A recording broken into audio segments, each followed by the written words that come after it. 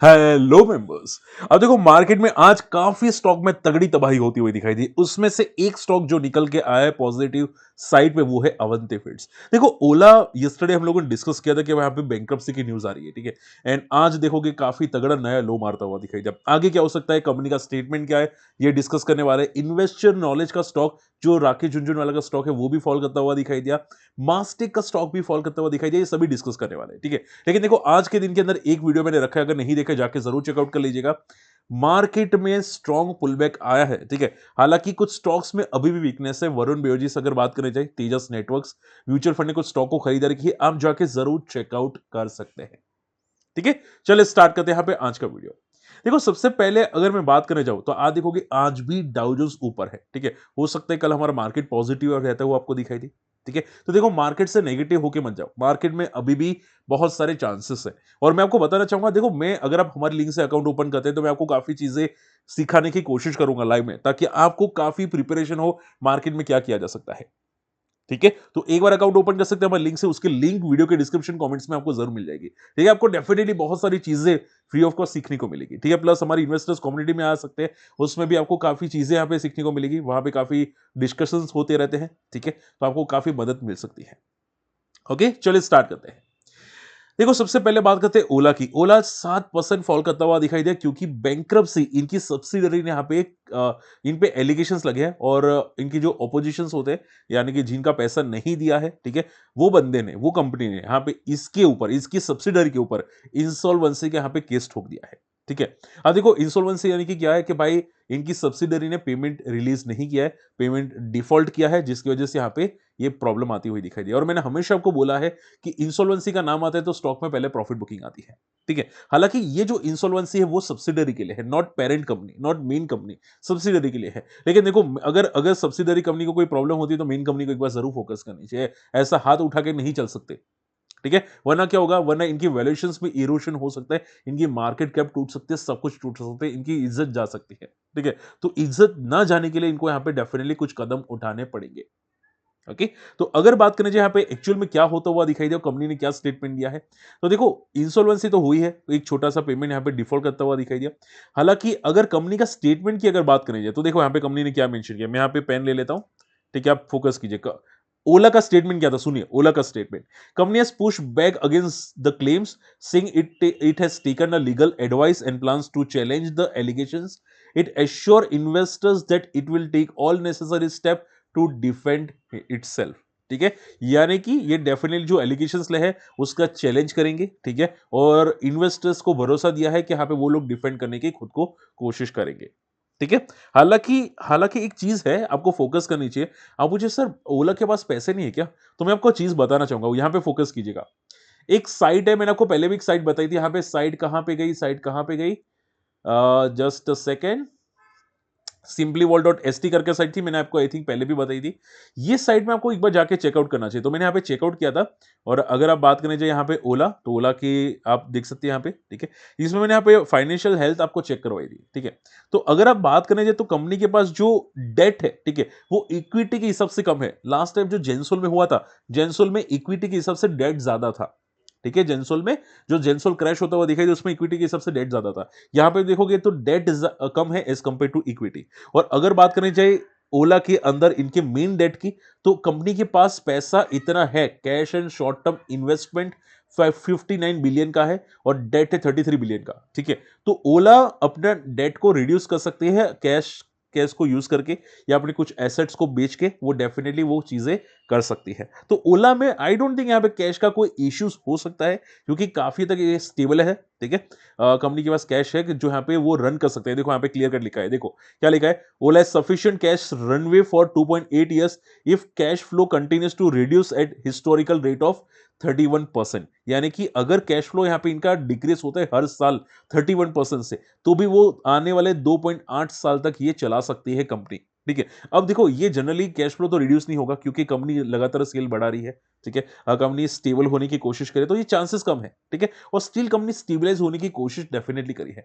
तो ये होता है देखो कभी-कभी टेम्परेरी बेसिस पे हो जाता है, ठीक है। सब्सिडरी कुछ मिस कर जाती है। अब एक टाइम कंपनी को एलिगेशंस लगे थे कि इनके पास लाइसेंस दुकान में होने चाहिए। बोलते हैं ना इन्होंने जो 400 या 4000 स्टोर ओपन किए थे, if I am not wrong, ठीक है। तो वहां पे कुछ इन लोगों को मतलब बोलते हैं डॉक्यूमेंट्स चिपकाने चाहिए, डॉक्यूमेंट लगाने चाहिए, वो नहीं होते हुए दिखाई दिए। इसकी वजह से वहां पे रेड होती हुई दिखाई दी और इसकी वजह से स्टॉक भी फॉल करता हुआ दिखाई दिया, ठीक है। अब बड़े प्लेयर्स क्या बोले वो सुन लो पहले। बड़े प्लेयर्स ये बोल रहे हैं यानी कि एनालिसिस्ट होते हैं, दिग्गज एनालिस्ट वो ये बोले कि कंपनी का सेल्स काफी तक डाउन है, इसको वॉल्यूम्स यानी कि इनका जो सेल्स है ईवी ईवी का सेल्स वो वापस लाना पड़ेगा ऑन ट्रैक पे, ठीक है। एंड उसके अलावा यहाँ पे जो नए लॉन्चेस व्हीकल किए हैं वो भले यहाँ पे लॉन्च किए लेकिन पुराने सेल की स्टेबिलिटी नहीं है। पुराने सेल यानी कि कंपनी के लगातार घटते जा रहे हैं। तो अगर वो स्टेबलाइज हो जाता है तो कंपनी वापस आ सकती है, ठीक है। हालांकि स्टॉक अभी के लिए ओवरसोल्ड है टोटली, ऐसा कंपनी का बड़े प्लेयर्स का मानना है, ठीक है। तो ओवरसोल्ड कैटेगरी में है, डेली चार्ट्स में चांसेस एक रिवर्सल आ सकती है यानी कि एक पुलबैक आ सकता है। स्टॉक के अंदर एक पुलबैक आ सकती है लेकिन वो टेम्पररी पुलबैक होगा, ठीक है। तो ओला के अंदर आपका पैनिक है तो आई डोंट थिंक आपको पैनिक अभी के लिए फोकस करना चाहिए। ओला में जो इश्यूज है वो टेम्पररी है। हालांकि हर न्यूली एज कंपनीज फॉल करती है। अभी आप देखोगे स्विगी भी फॉल किया था लिस्टिंग के बाद एंड ओला भी फॉल किया है एंड बहुत सारे फॉर्म्स है। अभी आई थिंक फर्स्ट भी फॉल किया था एंड बहुत सारे ऐसे फॉर्म्स है जो यहाँ पे लिस्टिंग के बाद काफी तगड़े फॉल करते हुए दिखाई दी है, ठीक है। तो इसमें भी सेम चीजें हैं, थोड़ा सा स्टेबलाइज होता हुआ आपको दिखाई दे, उसके बाद कुछ पॉजिटिव होने की उम्मीद दिखाई देती है। आप ऐसा तो आने वाले क्वार्टर रिजल्ट को रडार पे रख सकते हैं। आने वाले क्वार्टर रिजल्ट में क्या सेल्स इंप्रूव होती है कि नहीं, अगर सेल्स इंप्रूव होती है तो काफी तक बेनिफिट कंपनी को हो सकता है। आई बात समझ में, ठीक है। तो देखते हैं यहाँ पे क्या होता है क्योंकि काफी नई गाड़ियां लॉन्च की है तो ओला में आई थिंक बेनिफिट हो सकता है। अभी के लिए शॉर्ट टर्म वीकनेस है और अगर पूछे सर कहां तक जा सकता है, कहना मुश्किल है। सिंपल बात, कहना मुश्किल है क्योंकि ये 50 का लेवल तोड़ दिया है, अब पता नहीं कहां पे जाके रुकेगा। तो एक बार देखना पड़ेगा कि कहां पे ये स्टेबलाइज होता है, ठीक है। एक स्टेबिलिटी आनी चाहिए स्टॉक के अंदर, सिंपल बात, ठीक है। अगर कोई बड़ा प्लेयर एंट्री करेगा तो स्टॉक में इंट्राडे में ही एक दिन का 8% का जंप आएगा, आएगा डेफिनेटली आएगा, लेकिन वो कब आएगा कहना मुश्किल है। तो जब भी जंप आएगा वो स्टॉक का टेम्पररी बॉटम हो सकता है, ठीक है। चलिए अवंती फीड्स के अलावा बात करने जाए यहाँ पे सॉरी ओला की बात करने चाहिए अवंती फीड्स। देखो अवंती फीड्स स्ट्रेटली आज भी कंटिन्यूसली मोमेंटम किया।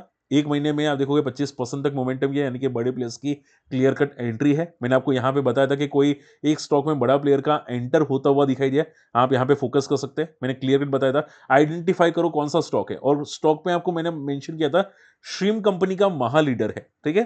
तो श्रीम कंपनी का महालीडर कौन है, अवंती फीड्स, ठीक है, क्योंकि ये दिग्गज है। उसके बाद वाटर बेस या एपिक्स फ्रोजन फूड एंड दूसरा भी है आई थिंक आपको पता है यहाँ पे जो 50 के नीचे का स्टॉक है, ठीक है। तो अभी क्या हो रहा है देखो, कंपनी में चेंजेस हो रहे हैं। पहले एक टाइम पे अंडर परफॉर्म करी थी, अब ओवर परफॉर्म करी है, ठीक है। और देखो मैं हमेशा बोलता हूँ कि स्टॉक के पीरियड्स आते हैं, पीरियड्स यानी कि एक टाइम आता है, स्टॉक 2-3 साल अच्छा चलता है, फिर 2-3 साल नीचे चला जाता है, साइडवेज हो जाता है एंड देन वापस इसकी अच्छी मोमेंटम आ जाती है। अब ऐसा लग रहा है कि अवंती फीड्स की मोमेंटम आपको आती हुई दिखाई दे सकती है। हालांकि देखो वापस बोलूंगा, मैं कोई रिकमेंडेड नहीं कर रहा हूं, कोई ब्लाइंडली ट्रस्ट करके घुसने का कोशिश मत करना। लेकिन देखो स्टॉक का चार्ट अगर आप देखोगे ना, सीरियसली समझ जाओगे कि स्टॉक में दम आ रहा है, स्टॉक में दम आ रहा है। और रीजन पता है क्या है, समझो रीजन को समझो और आप खुद आइडेंटिफाई कर लोगे। ध्यान से सुनो, समझो इंपॉर्टेंट है। पहले अभी हर बार बजट में श्रिम्प फूड को एलोकेशन दिया जाता है, ठीक है। श्रिम्प फूड यानी कि क्या, जो झींगा मछली होती है, ठीक है, सी फूड, ठीक है, इसको बोलते हैं श्रिम्प फूड, ठीक है। आप यहाँ पे इनकी वेबसाइट डेफिनेटली चेक कर सकते हैं, श्रिम्प फूड, ठीक है। तो इनकी डिमांड पहले ग्लोबल मार्केट में थोड़ी सी डिक्रीज होती हुई दिखाई दी जब कोविड आया था, ठीक है। तो उसके बाद डिमांड डिक्रीज हुई थी, बहुत सारे कॉम्पिटिशन्स आ चुके थे, तो एक वहां पे प्रॉब्लम आई थी, ठीक है। अब ये डिमांड वापस इंक्रीज होती हुई दिखाई दी है। कैसे, देखो समझो बात को। तो पहले गवर्नमेंट ने यहाँ पे लास्ट टाइम के हिसाब से बजट में अभी 3% ज्यादा एलोकेशन दिया, नई योजना निकाली है, ठीक है, श्रिम्प फूड के अंदर कंपनी गवर्नमेंट ने। इसके अलावा भी अगर आप बात करने जाए तो ब्रोकरेज हाउस क्या बोल रहे हैं कि ग्लोबल डिमांड वापस रिकवर आ रही है, प्लस जो कंपटीशन है वो रिड्यूस होते हुए दिखाई दी है, ठीक है। और इसी की वजह से स्टॉक स्ट्रांगली कमबैक करता हुआ दिखाई दिया। प्लस आप देखोगे यहाँ पे गवर्नमेंट की काफी सब्सिडरी आ रही है, ठीक है। ओवर प्राइस का जो भी यहाँ पे श्रिम्प फूड होता है वो यहाँ पे गवर्नमेंट की सब्सिडरी आ रही है, ठीक है। तो इसकी वजह से भी इनको बेनिफिट मिलता हुआ आपको दिखाई दिया है। ठीक है। और अगर आप बात करें यहाँ पे अवंती फीड्स की, देखो यहाँ पे इसके रिजल्ट देखो, बहुत सारी श्रिम्प कंपनीज के रिजल्ट नेगेटिव आ रहे थे, लेकिन इस बंदे के रिजल्ट पॉजिटिव आ रहे हैं। देखो यहाँ पे कंपनी का अभी का जो प्रॉफिट है 141 करोड़ दिसंबर क्वार्टर का, वो अब तक का सबसे हाईएस्ट है सिंस 2021, सिंस, ठीक है, जो बहुत ही बेस्ट रिजल्ट अब माना जा सकता है। ठीक है, आप देखोगे यहाँ पे इनका अब तक का सबसे बेस्ट प्रॉफिट आ रहा है। तो सोचो, अब तक का बेस्ट प्रॉफिट है तो क्या अब तक का बेस्ट प्राइस पे ये स्टॉक नहीं जाना चाहिए? सिंपल बात, ठीक है, अब तक की बेस्ट प्राइस पे नहीं जाना चाहिए। ठीक है, तो गवर्नमेंट की नई स्कीम्स आ रही है, गवर्नमेंट ने यहाँ पे बजट में भी अनाउंस किया था, डिमांड पॉजिटिव आ रही है, प्लस कंपटीशन कम हो रहा है, प्लस रॉ मटेरियल का कॉस्ट भी अगर आप देखोगे वो भी रिड्यूस होता हुआ दिखाई दे, रॉ मटेरियल कॉस्ट। ठीक है, तो इसकी वजह से स्टॉक में काफी तगड़ी मोमेंटम आ रही है। ओके, लेकिन देखो एक एक सिंपल बात, ठीक है, आप पूछे सर शॉर्ट टर्म का व्यू क्या है? देखो मैं सिंपल समझाना चाहता हूं, स्टॉक 4-5 दिन लगातार ऊपर जाता है ना, ठीक है, तो एक थोड़ी प्रॉफिट बुकिंग आती है। ओके, और वो प्रॉफिट बुकिंग 20 डेमा के आसपास सपोर्ट लेता है। क्या क्या बोल रहा हूं यहाँ पे? 20 डेमा, यानी कि मान लो यहाँ पे ये स्टॉक का चार्ट हुआ, ठीक है, जस्ट एग्जांपल मैं यहाँ पे 20 ईएमए ले लेता हूं, इंडिकेटर्स में 20 ईएमए, ठीक है, ये स्टॉक का चार्ट हुआ। तो मान लो यहाँ पे स्टॉक ऊपर आपको जाता हुआ दिखाई दे, मान लो वर्टिकल जाता हुआ दिखाई दे, और ये लाल कलर की लाइन नीचे हो, तो वो क्या करेगा? एक बार के लिए सपोर्ट लेने आएगा, लाल कलर की लाइन पे सपोर्ट लेने आएगा, ठीक है, फिर वापस मोमेंटम चलेगा। बात समझ में आ रही है? तो एक बार पहले स्टॉक जो वर्टिकल जा रहे हैं उसमें देखो कि क्या सस्टेन करेगी नहीं, क्योंकि आप क्या करोगे, मान लो कोई स्टॉक ऊपर जाएगा, आप एंटर करोगे, स्टॉक वापस 5-6% फॉल कर लेगा, और आप एग्जिट करोगे, वापस वो भाग जाएगा। ठीक है, तो आप एग्जिट कब करोगे? जब स्टॉक में 20 ईएमए पे सपोर्ट आएगा, और मैं हमेशा बोलता हूं 20 ईएमए पे स्टॉक में पुलबैक्स आते हैं, पुलबैक्स आते हैं। समझ में आई बात? तो शॉर्ट एंड सिंपल में बंदे में दम है, ठीक है, एक दो दिन हो सकता है थोड़ा डीप बीप करे, ठीक है, बाकी आप रडार पे रखना चाहते रख सकते हैं। आई थिंक सो कि बड़े प्लेयर्स की एंट्री है स्टॉक में, मुझे लगता है बड़े प्लेयर्स और गवर्नमेंट काफी सपोर्ट करी है, तो बंदे में कुछ हो सकता है, ठीक है, ये बंदे में सीरियस नोट पे कुछ ना कुछ हो सकता है। ठीक है, आप देखोगे एफआईबी स्टेक लगातार बढ़ाते जा रहे हैं स्टॉक के अंदर, तो I think so is positive. Okay, तो इसको रडार पे रखिएगा जरूर। ओके ओके, एक और स्टॉक आ जाता है, इन्वेस्टर्स नॉलेज करके एक स्टॉक है, आईकेएस हेल्थ केयर के अंदर है, ठीक है, ये अब हालांकि माना जा रहा है हेल्थ केयर के अंदर है अगर आप देखोगे, लेकिन इनका कामकाज जो है वो आईटी बेस है, हेल्थ केयर के अंदर आईटी बेस, यानी कि आप ये समझो कोई भी हॉस्पिटल्स हो गए या कोई और हो गए, उसके अंदर भी यहाँ पे आईटी का सिस्टम चाहिए होता है, ठीक है, तो वहां पे ये कंपनी काम करती है। ओके, तो कंपनी अगर बात करने जाए तो यहाँ पे अभी लोएस्ट लेवल पे आ चुका है after the listing, lowest level पे, ठीक है, रीजन क्या है? तो रीजन ये है कि इसका लॉक इन पीरियड, जो आईपीओ के बाद लॉकिंग पीरियड आता है ना, ठीक है, अनलिस्टेड मार्केट में भी स्टॉक में इन्वेस्ट करते हैं लोग, तो लॉकिंग पीरियड स्टॉक का खत्म होता हुआ दिखाई दिया, तो स्टॉक डेफिनेटली फॉल करना था, क्योंकि अभी महाक्रैश चल रहा है मार्केट में, काफी तगड़ी प्रॉफिट बुकिंग चल रही है, तो इसकी वजह से भी ये स्टॉक फॉल करता हुआ दिखाई था। तो मुझे काफी लोगों ने क्वेश्चन पूछा था, सर आईकेएस इन्वेस्टर्स नॉलेज क्यों फॉल किया? लॉकिंग पीरियड खत्म होने की वजह से। एंड सेकंड क्या, स्टॉक थोड़ा सा वैल्यूएशन हाई है, 66 का पी अभी भी है स्टॉक में, तो थोड़ा वैल्यूएशन हाई है, इसकी वजह से भी स्टॉक में प्रॉफिट बुकिंग आती हुई दिखाई दी। ठीक है, हालांकि देखो बंदे में दम बहुत है, आपको स्ट्रॉन्ग कंपनी रडार पे रखनी चाहिए, ठीक है, बंदे में दम बहुत है, ठीक है, तो ये कंपनी को छोटा मोटा लेवल मत समझना, ये बंदे में दम बहुत है, बहुत फाड़ू दम है। एक तो आईटी प्लस हेल्थ केयर, दोनों ग्रोइंग डिमांड पे है, दोनों तगड़े डिमांड पे है, तो इसमें आगे बहुत अच्छा ग्रो आ सकता है।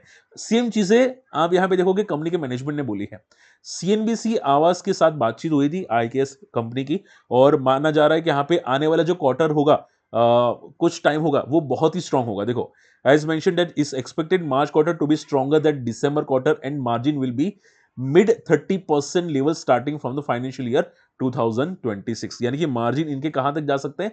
30% तक जा सकते हैं, ठीक है, अभी 29% तक आपको दिखाई दे रहे हैं, इंडिविजुअल में 29% है, अब 30% प्लस जाते हुए आपको मार्जिन जरूर दिखाई दे सकते हैं।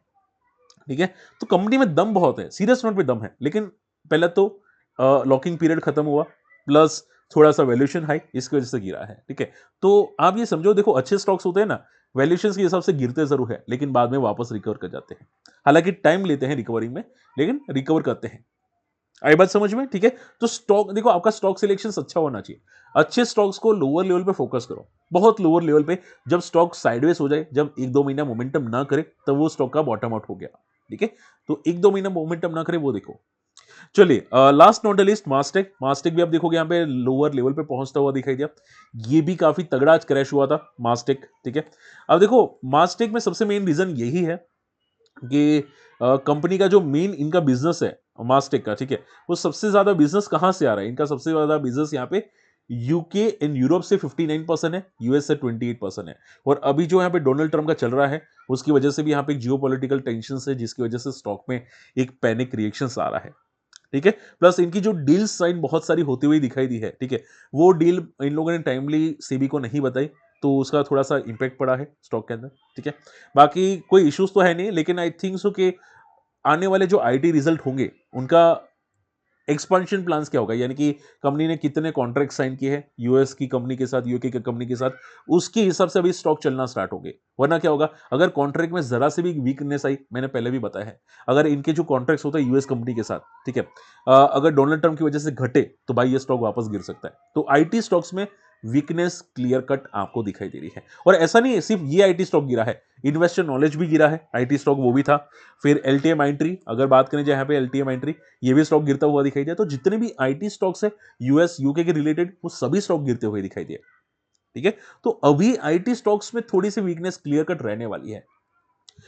चलिए, तो ज्यादातर मैंने न्यूज कवर कर दिया। आई होप आज का वीडियो पसंद है, वीडियो शेयर जरूर कीजिएगा। बाकी चैनल में नहीं है फ्री टेलीग्राम चैनल, यहाँ पे ज्वाइन कीजिएगा। इंपॉर्टेंट न्यूज इन्फॉर्मेशन अपडेट करता रहता हूँ। अगर यहाँ पे नहीं जुड़े, बहुत सारी चीजें मिस करते हैं। और इंपॉर्टेंट चीज आपको और चाहिए तो आप हमारे लिंक से अकाउंट ओपन कर सकते हैं। आपको काफी चीजें सीखने को मिलेगी, मैं सच्ची बात बोल रहा हूँ। ठीक है, हमारे साथ जुड़ोगे तो काफी चीजें सीखने को मिलेगी। ठीक है, एंड डेफिनेटली मार्केट से आई थिंक ट्रेड करना सीख जाओगे। मिलते अगले वीडियो में, तब तक के लिए गुड बाय, जय हिंद।